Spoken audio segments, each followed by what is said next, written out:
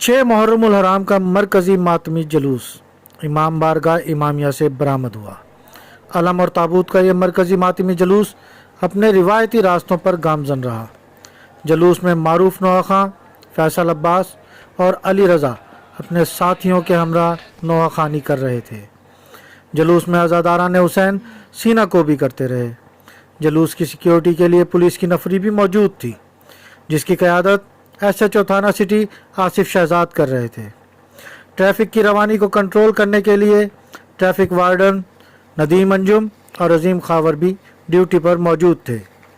जुलूस में सदर Pakistan press club Nadeem Shah, general secretary Raheel Siddiqui, member Aman committee Kale Khan लंगा व दीगर अरकान भी मौजूद थे। जुलूस अपने रिवायती रास्तों से होता हुआ मुल्तानी गेट चौक पहुंचकर इख्तिताम पजीर हो गया।